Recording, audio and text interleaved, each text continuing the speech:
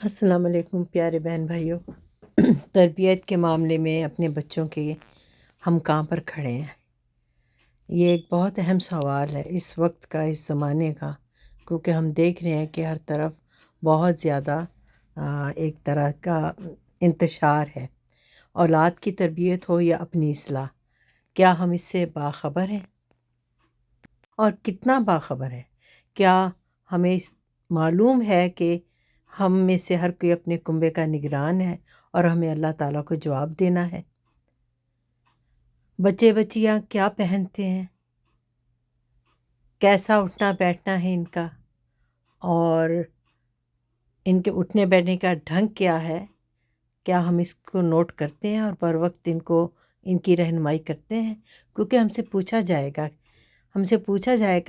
خاص طور پر والدین اور خصوصاً ماؤں کا فرض ہے کہ وہ اولاد کی بروقت اچھی عادات کی طرف رہنمائی کریں۔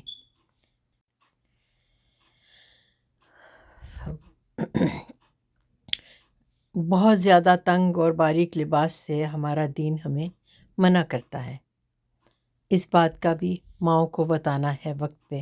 نیز لڑکوں کے بھی لباس اور بالوں کی کٹائی پر توجہ دیں۔ بعض بچے سر پر عجیب و غریب کلغی جیسے ہیئر اسٹائل بنا لیتے ہیں، اس سے ذہنی سوچ پر غیر سنجیدہ اثرات مرتب ہوتے ہیں۔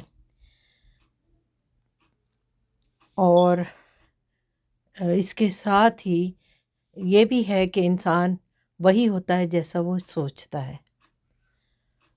تو ہمارے لباس کا ہماری عادتوں پر اور ہماری عادتوں کا ہمارے لباس پر بہت اثر ہوتا ہے۔ اس لیے یہ کہنا کہ دل میں صفائی ہونی چاہیے، لباس سے کچھ نہیں ہوتا، یہ غلط ہے۔ کوشش کریں کہ بچے بچیوں کا لباس باوقار اور باحیا ہو، اسی سے دل میں تقویٰ پیدا ہوتا ہے۔ بچیوں کو امور خانہ داری ضرور سکھائیں، یہ بہت اہم بات ہے۔ اس پر اگلی نسل کی صحت جسمانی کا انحصار ہے۔ کچن سے انسان کی صحت بنتی ہے۔ حجاب کا مطلب صرف سر کو ڈھک لینا نہیں ہوتا، دوپٹہ یا اسکارف سینے پر پھیلانا ضروری ہے۔ قرآن پاک کا یہی حکم ہے۔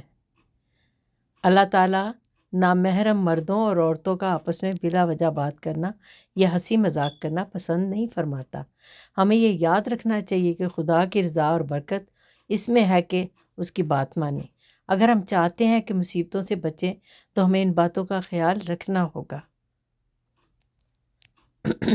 بچوں بچیوں کو بچپن سے سمجھ کر نماز پڑھنے کی عادت ڈالیں۔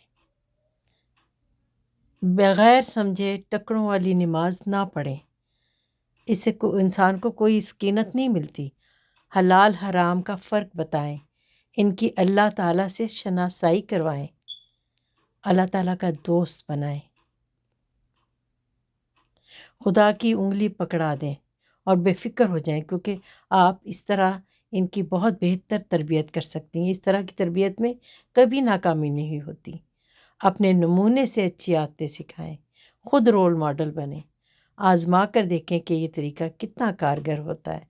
یہ سادہ سی موٹی موٹی باتیں ہیں، اصلاح کی ہیں، اگر ہم ان کو اپنا لیں، جس طرح پودے کو وقت پر پانی اور کھاد دیں تو وہ پھلتا پھولتا ہے، اسی طرح اگر ہم وقت پر ان باتوں پر عمل کر لیں تو ہم معاشرے کو بہت کارآمد وجود دے سکتے ہیں۔